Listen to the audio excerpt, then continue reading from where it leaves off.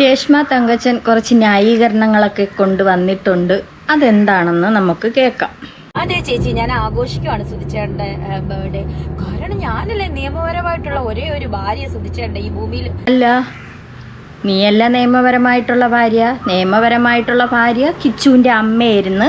അത് കഴിഞ്ഞിട്ട് വീണയായിരുന്നു. വീണയുമായിട്ട് കല്യാണം കഴിച്ച് കഴിഞ്ഞുകൊണ്ടിരിക്കുമ്പോഴാണ് നീ അതിൻ്റെ ഇടയിൽ ചെന്ന് കയറണത്. നീ ചെന്ന് കയറി സുധിയും നീയുമായിട്ട് കണക്ഷനായി വളച്ചെടുത്ത്, എന്നിട്ട് സുധിയെ വളച്ചെടുക്കാൻ വേണ്ടിയിട്ട് കിച്ചുവിനെ വരുതിയിൽ വരുത്തി. അന്ന് നീ പറയുന്ന കേട്ടല്ലോ ഒരു ഇൻ്റർവ്യൂവിൽ, കിച്ചുവിന് അന്ന് 5 or 6 വയസ്സ് മാത്രമേ ഉണ്ടായിരുന്നുള്ളൂ എന്ന് പറയുന്ന കേട്ടു. കൊച്ചുകുട്ടിയായിരുന്നു. എന്നെ കണ്ട ഉടനെ ആദ്യമേ തന്നെ അമ്മേന്ന് വിളിച്ചു. അങ്ങനെ കിച്ചുവിനെ വരുതിയിൽ ആക്കി. അന്ന് കിച്ചുവിനൊന്നും അറിഞ്ഞൂടല്ലോ, പാവം കുട്ടിയല്ലേ, കുഞ്ഞു കുട്ടിയല്ലേ ഇരുന്ന. കിച്ചുവിനെ വരുതിയിലാക്കി. എന്തിനാണ്? സുധിയായിട്ട് കണക്ഷൻ മുറുകി വരാൻ വേണ്ടിയിട്ട്. സുധി വേറൊരു ഭാര്യയെ നിയമപരമായിട്ട് വെച്ചുകൊണ്ടിരിക്കുമ്പോഴാണ് നീ അതിൻ്റെ ഇടയിൽ ചെന്ന് കയറുന്നത്, കുടുംബം കലക്കി. എന്നിട്ട് നീ വീട്ടുകാരുടെ അടുത്തൊക്കെ പറഞ്ഞു കാണും. വീണ ഇതറിയുന്നു, വീണ ഡിവോഴ്സ് ആവുന്നു. ഇതാണ് അവിടെ നടന്നത്. പിന്നെ ഈ ഇങ്ങനെയുള്ള നിൻ്റെ അവിഹിതത്തിൽ പിന്നെ വീണ അതിൻ്റെ ഇടയിൽ കയറി കിടക്കുന്ന ശരിയല്ല, പിന്മാറുന്നതാണ് നല്ലത്. വീണ പിന്മാറി. നീ അത് മുതലെടുത്തു, അയാളെ വളച്ചെടുത്തു. രജിസ്റ്റർ മാരേജ് അങ്ങാണ്ട കഴിഞ്ഞു എന്ന് പറയുന്നു. അതിന് നീ ഒരു കള്ള സർട്ടിഫിക്കറ്റാ, എന്തോ ഒരു വ്യാജ സർട്ടിഫിക്കറ്റ്, രജിസ്റ്റർ മാരേജ് സർട്ടിഫിക്കറ്റ് ഒന്നും പറഞ്ഞൊക്കെ കൊണ്ടിറങ്ങുന്ന കണ്ട്. നീയല്ല നിയമപരമായിട്ടുള്ള ഭാര്യ കിച്ചുവിൻ്റെ അമ്മയായിരുന്നു, വീണയായിരുന്നു. നീയാണെന്ന് നീ പറയും. ഉള്ള ഒരേ ഒരു ഭാര്യ നിയമപരമായിട്ടുള്ള. അപ്പൊ പിന്നെ ഞാൻ ആഘോഷിക്കണ്ടേ? പിന്നെ ചോദിച്ചാൽ അറിയിച്ചില്ല. ചേച്ചി ഒരു കാര്യം, ചേച്ചി അങ്ങ് ചെന്ന് അറിയിച്ചു കേട്ടോ. അടുത്ത ന്യായീകരണമായിട്ട് വന്നിട്ടുണ്ട്. നമസ്കാരം, രേണുസുതിയാണ്. അപ്പം നമസ്കാരം, പറയേ. ഞാൻ ഇന്നലെ ഒരു കമന്റിന് പ്രതികരിക്കാൻ വന്നതാണ്. എൻ്റെ വീഡിയോക്കകത്തല്ല, കൊല്ലം സുധിച്ചേട്ടൻ്റെ മൂത്ത മകൻ്റെ ഒരു വീഡിയോ. ഇപ്പോഴും നീ കമന്റിനൊക്കെ പ്രതികരിക്കുമല്ലേ? ആവശ്യമുള്ള കമന്റിനൊന്നും പ്രതികരിക്കൂല. അപ്പം നീ ഈ കമന്റ് എങ്ങനെ കണ്ടു എന്ന് നോക്കണം. അത് ആരുടെ വീഡിയോയിലാണ് ആ കമന്റ് വന്ന് പെണ്ണും പുള്ള പ്രതികരിച്ച് വരണേ നോക്കണം. ഇത് ആരൊക്കെ എരികേറ്റ് വിടുന്നതാണ്. ഇപ്പം നോക്കിക്കോളണേ. വീഡിയോയുടെ അടിയിൽ വന്ന് ഒരു കമന്റ് ഇട്ടേക്കുന്നത്, മോനെ അവളുടെ കയ്യിൽ നിന്ന്, രേണുവിൻ്റെ കയ്യിൽ നിന്ന് ആ ഋതു, അതായത് സുധിച്ചേട്ടൻ്റെ ഇളയ മകനെ നീ രക്ഷിച്ചെടുക്കടാ.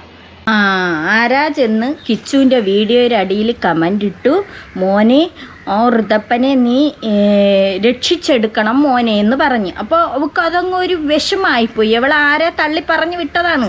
നീ ഇങ്ങനെയൊക്കെ പോയി പറയണം, മീഡിയയുടെ മുന്നിൽ ഇങ്ങനെയൊക്കെ പറയണം. ഞാനൊരു കാര്യം ചോദിച്ചോട്ടെ, ഈ കമൻ്റ് ഇടുന്ന മിടുക്കികളും മിടുക്കന്മാരും എന്ത് ചെയ്യും? കുഞ്ഞിന് ബാഗ്, ഇപ്പോൾ സ്കൂൾ തുറക്കുക, ബാഗ് ഞാൻ തന്നെ വേണ്ടേ മേടിച്ചു കൊടുക്കുക? പിന്നെ എങ്ങനെയാ? പിന്നെ ഈ പറഞ്ഞോളം നീ അല്ലാതെ നിനക്കവിടെ എന്തേലും ജോലി?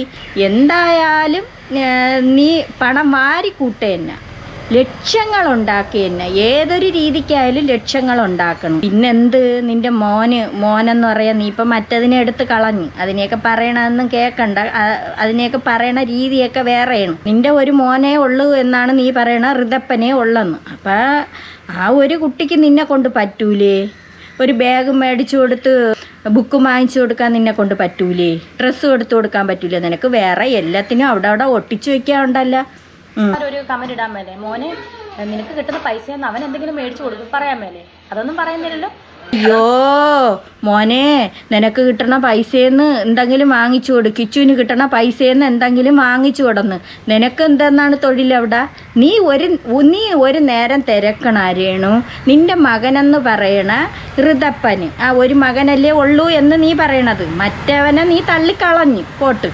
അവൻ്റെ കാര്യം നോക്കി കഴിയണം. അവൻ്റെ അച്ചാമ്മയും അവരെയൊക്കെ നോക്കി അവൻ കഴിയുന്നുണ്ട്. അവിടെ നിന്ന് അടിച്ചിറക്കി. ആ കുട്ടി അതിൻ്റെ ഉയിരും കൊണ്ട് പോയി. അപ്പം ഈ ഒരു മകനല്ലേ ഉള്ളൂ.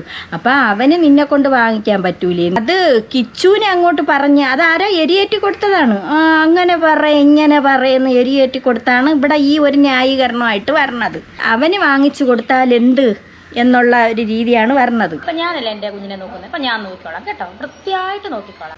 കിച്ചു അല്ല വാങ്ങിച്ചു കൊടുക്കാനുള്ള, അമ്മയായ നീയാണ് വാങ്ങിച്ചു കൊടുക്കാനുള്ള. ഉള്ളത് പറയാലോ. നീ അത് ആ ഒരു മകനെ നീ ശ്രദ്ധിക്കോലും ഇല്ല. അതിൻ്റെ മുമ്പ് കഴുത്താൻ കണ്ട മുറിഞ്ഞ് അടന്ന് തൊലിഞ്ഞ് പഴുത്ത് ഇരുന്നിട്ട് പോലും നീ എന്താണെന്ന് നീ തിരക്കി ആവട്ടെ ചെയ്തില്ല. അങ്ങനെയുള്ള നീയാണ്. ഏതൊരു രീതിക്കായാലും നീ കൊണ്ട് കൊടുക്കുന്നുണ്ടല്ലോ. സുധിയെ പരിചയപ്പെടുന്ന ഡേറ്റ് രേണു പറയുന്നുണ്ട്. രേണു മുൻപൊരു ഇൻ്റർവ്യൂവിൽ പറഞ്ഞായിരുന്നു, കിച്ചുവിന് സുധിയെ പരിചയപ്പെടുന്ന സമയത്ത് 5 or 6 വയസ്സേ ഉണ്ടായിരുന്നുള്ളൂ എന്ന് പറയുന്നുണ്ട്. ഈ പറഞ്ഞ പോലെ സുധിച്ചേട്ടനെ ചേച്ചി എത്രാമത്തെ വയസ്സിലാണ് പരിചയപ്പെടുന്നത്? 25-26 ആ ഒരു വയസ്സിലാണ് ഫസ്റ്റ്. 24-25 കേട്ടല്ലോ, 25-26 വയസ്സിലാണ് രേണു പരിചയപ്പെടുന്നത്. ഇപ്പം കിച്ചുവിന് 21 വയസ്സായിരിക്കാം. അപ്പോൾ ഉണ്ട്, അപ്പോൾ ഒന്ന് കൂട്ടി നോക്കാന്നുള്ളേ ഉള്ളൂ. അതെ, സുധിച്ചേട്ടന്റെ ഞാൻ ഇങ്ങനെ കേട്ടിട്ടുണ്ട്, ജഗദീഷിന്റെ ഒരു ഫിഗർ ചെയ്തിട്ടാണ് ഭയങ്കരമായിട്ട് ഇഷ്ടം തോന്നിയത്. അത് കഴിഞ്ഞിട്ട് എങ്ങനെ നമ്പരൊക്കെ കളക്ട് ചെയ്തിട്ട്? കാരണം ജഗദീഷേട്ടനെ എനിക്ക് ഭയങ്കര ഇഷ്ടമായിരുന്നു. അതെ, ആളുടെ ഇവക്ക് 25-26 വയസ്സെന്ന് പറയുന്നുണ്ട്. അപ്പം ഇവള് മുൻപ് ഒരു ഇൻ്റർവ്യൂവിൽ പറഞ്ഞത് അന്ന് കിച്ചുവിന് 5 or 6 വയസ്സേ ഉള്ളെന്ന്. അപ്പം 25 വയസ്സ് വെച്ച് കൂട്ടിയാലും ഇപ്പം 10-15 വർഷമായില്ലേ. ഇവളിപ്പോഴും 34 വയസ്സ് എന്തുകൊണ്ട് പറഞ്ഞുകൊണ്ട് കിടക്കുന്നു?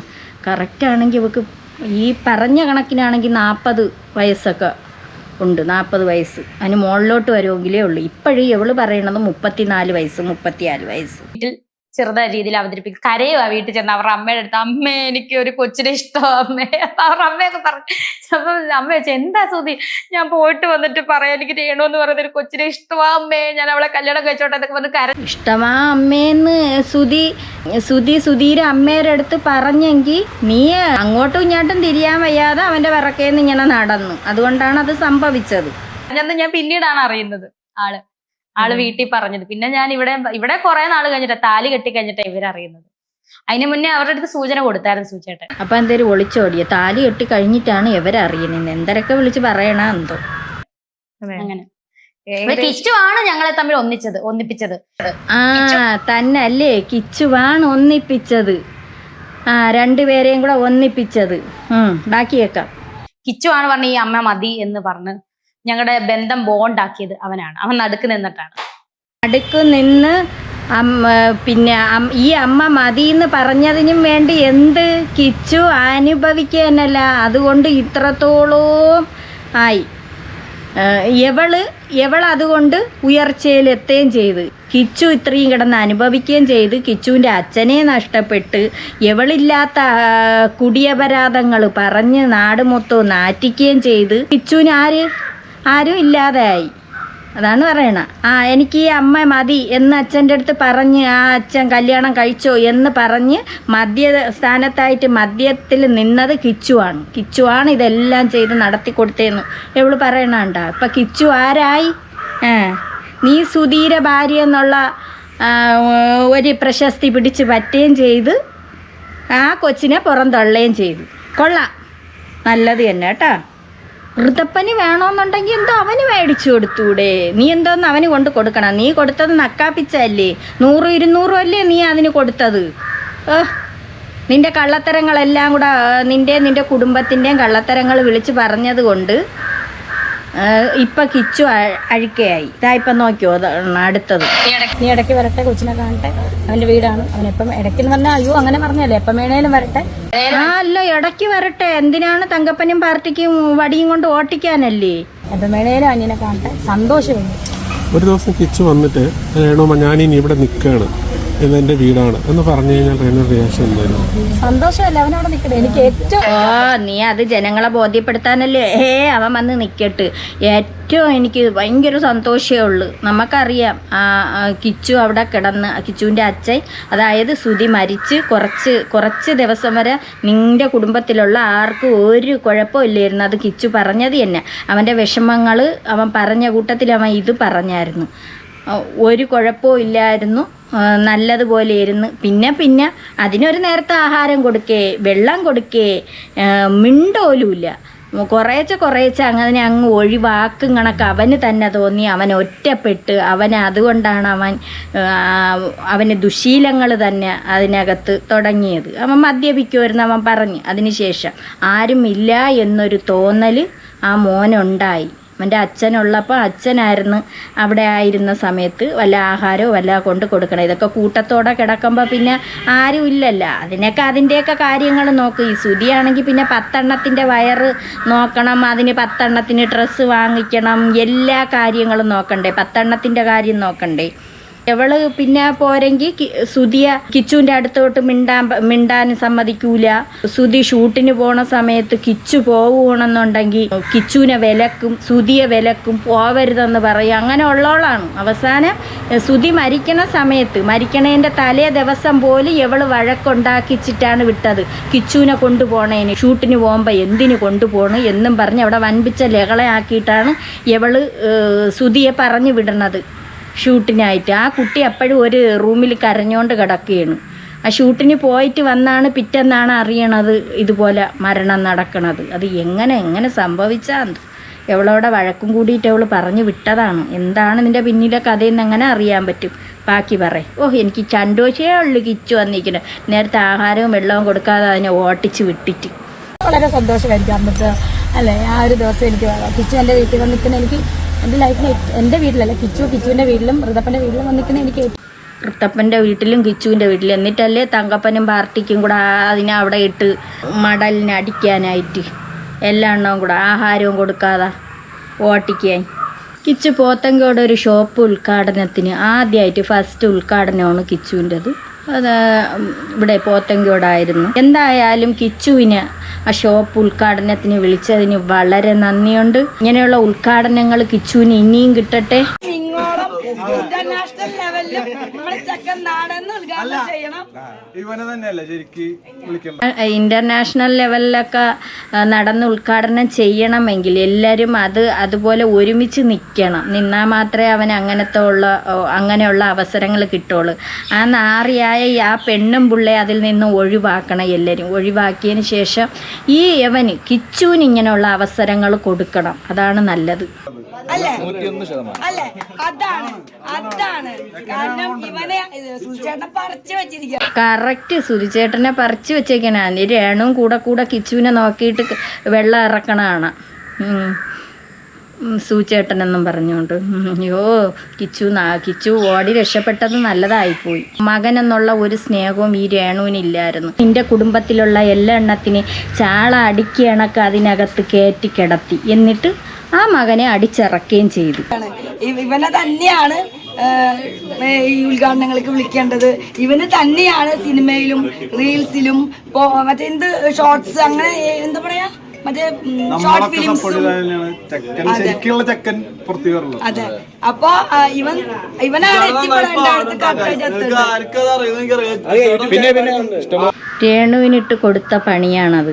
ഈ കിച്ചുവിന് ഒരുപാട് അവസരങ്ങൾ കിട്ടട്ടെ. പിന്നെ ഇപ്പം അമ്മ ഇടയ്ക്ക് വന്ന ലൈവിലെല്ലാം വന്ന ഒരു കുറച്ച് വിവാദങ്ങളായല്ലേ, എന്താണ് കിച്ചുവിന് പറയാനുള്ളത്? നല്ല സൂപ്പർ, ഒന്നും പറയില്ലേ. അവന്മാർ ചോദിച്ചത്, മീഡിയക്കാർ ചോദിച്ചു, അമ്മ ലൈവിൽ വന്ന് അത് ഇത്തിരി വിവാദങ്ങളായി, സബ്സ്ക്രിപ്ഷനിൽ വന്നതാണ് പറയണത്. ഇത്തിരി വിവാദങ്ങളൊക്കെ ആയ കാര്യങ്ങൾ. അമ്മ നല്ല കോലമല്ലേ കാണിച്ചത്. ശരിക്ക് പറഞ്ഞാൽ കിച്ചുവും സബ്സ്ക്രിപ്ഷൻ എടുത്തിട്ടുണ്ട്. കിച്ചും പൈസ കൊടുത്ത് കയറിയിരുന്ന് കണ്ട കാര്യമാണ്. കിച്ചു അവർ കൂട്ടുകാരും എല്ലാവരും കണ്ടിട്ടുണ്ട്. കുടുംബം മൊത്തത്തിൽ കണ്ടിട്ടുണ്ട് മറ്റേത്തെ പരിപാടി. അത് കണ്ടുകൊണ്ട് അവനൊന്നും പറയാനില്ല. അവൻ തൊഴുത്, എനിക്കൊന്നും പറയാനില്ല. അതിൽ വെച്ച് മനസ്സിലാക്കിക്കൊള്ളണം അവളെ സ്വഭാവം. ഈ മകന് എത്രത്തോളം മനസ്സിലാക്കി എന്നുള്ളത്. നിന്നെ അച്ഛനുമായിട്ട്, അതായത് ഇവൻ്റെ അച്ഛനുമായിട്ട് പിന്നെ ഒരുമിക്കാൻ വേണ്ടിയിട്ട് അന്ന് കുഞ്ഞായിരുന്നപ്പോൾ കൂട്ടുനിന്ന മകനാണ് പറഞ്ഞത്. അവന് നാണക്കേടായി രേണു, അവന് നാണക്കേടായി. അവൻ തല കുനിച്ച് പോണാണ്ട് ആ മീഡിയ ചോദിച്ചപ്പം. അത്രയ്ക്ക് നാണക്കേടായി. ഒന്നും പറയാനില്ല. അവൻ തൊഴുതാണ് പറഞ്ഞത്. അവൻ ചിരിക്കണ്. അവന് പുച്ഛമായിരുന്നു അവൻ്റെ മുഖത്ത്. നിൻ്റെ ആ ഇത് കണ്ട് ഇത്രയും യൂട്യൂബർമാരെടുത്ത് വെച്ച് ആ റിയാക്ഷൻ വീഡിയോ ചെയ്തില്ലേ, അവൾ ആ നാക്കിട്ട് കാണിക്കണതും അവളെ മറ്റേ പരിപാടി എല്ലാ തരവും കണ്ടതാണല്ലോ, എല്ലാവരും വീഡിയോ ചെയ്തതാണല്ലോ. അതുപോലെ ഇങ്ങനെയുള്ളവർ ഇവരെല്ലാവരും ഇരുന്നും കൊണ്ട് നിനക്ക് ഇവരൊക്കെ പണം തന്നിട്ട് കയറി ഇരുന്ന് കണ്ടിട്ടുണ്ട്. മര്യാദയ്ക്ക് നിനക്ക് വീഡിയോ ചെയ്യാമായിരുന്നല്ലോ. മഞ്ജു പത്രോസ് പറയുന്നുണ്ട്, ഇപ്പം സബ്സ്ക്രിപ്ഷൻ എന്ന് പറയുമ്പോഴേ ജനങ്ങൾ വേറൊരു അർത്ഥത്തിലാണ് കാണുന്നത് എന്ന്. ശരിയാണ്, അവർ മാന്യമായിട്ടായിരിക്കും അവർ വീഡിയോ ഇടാൻ ശ്രമിക്കണത്, ഈ മഞ്ജു പത്രോസ്. പക്ഷേ നീയാണ് ഈ സബ്സ്ക്രിപ്ഷൻ എന്നുള്ള ഒരിത് നീ വേറൊരു രീതിക്കാക്കി മാറ്റി. നീ തുണി അഴിച്ച് മാറ്റി സബ്സ്ക്രിപ്ഷനിൽ അങ്ങനെയാണെന്നുള്ളത് നീ വരുത്തി തീർത്ത്. ഇനി നീ എന്തിന്? നാണം കെട്ടവൾ. കുടുംബം പോറ്റണം, വിധവ.